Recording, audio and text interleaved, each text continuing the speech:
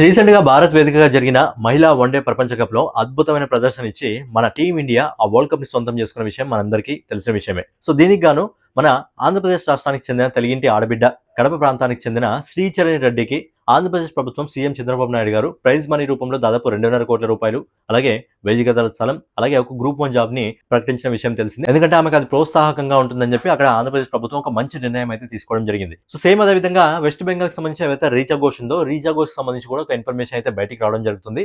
ఎవరైతే west Bengal CM Mamata Banerjee ఉన్నారో, మమతా బెనర్జీ గారు ఒక నిర్ణయం తీసుకోవడం జరిగింది. ఏంటంటే వెస్ట్ బెంగాల్ లో డార్జిలింగ్ లో ఒక కొత్త స్టేడియం ఓపెన్ కాబోతుంది. ఆ స్టేడియం కి రీచా ఘోష్ గారి పేరు అయితే పెట్టడం జరుగుతుందంట. వెస్ట్ బెంగాల్ లోని డార్జిలింగ్ లో ఒక కొత్త స్టేడియం అయితే కట్టబోతున్నారు. సో ఆ స్టేడియానికి రీచా ఘోష్ పేరు పెట్టాలని చెప్పి అక్కడ మమతా బెనర్జీ గారు అయితే నిర్ణయం తీసుకోవడం జరిగిందంట. ఆ మమతా బెనర్జీ గారు ఏంటో నాకు అర్థం కాదు. ఆడవాళ్ళు 8 గంటలకు 9 గంటలకు వెళ్ళి ఇంట్లోకి వెళ్ళి పడుకోవాలంటారు, మళ్ళీ ఇలాంటి స్టేట్మెంట్లు పాస్ చేస్తూ ఉంటారు. సో ఏదేమైనా ఒక మంచి నిర్ణయం అయితే ఆమె కూడా తీసుకోవడం జరిగింది కాబట్టి రీచా ఘోష్ గారి పేరు అనేది ఒక స్టేడియంకి అయితే పెట్టడం జరుగుతుంది.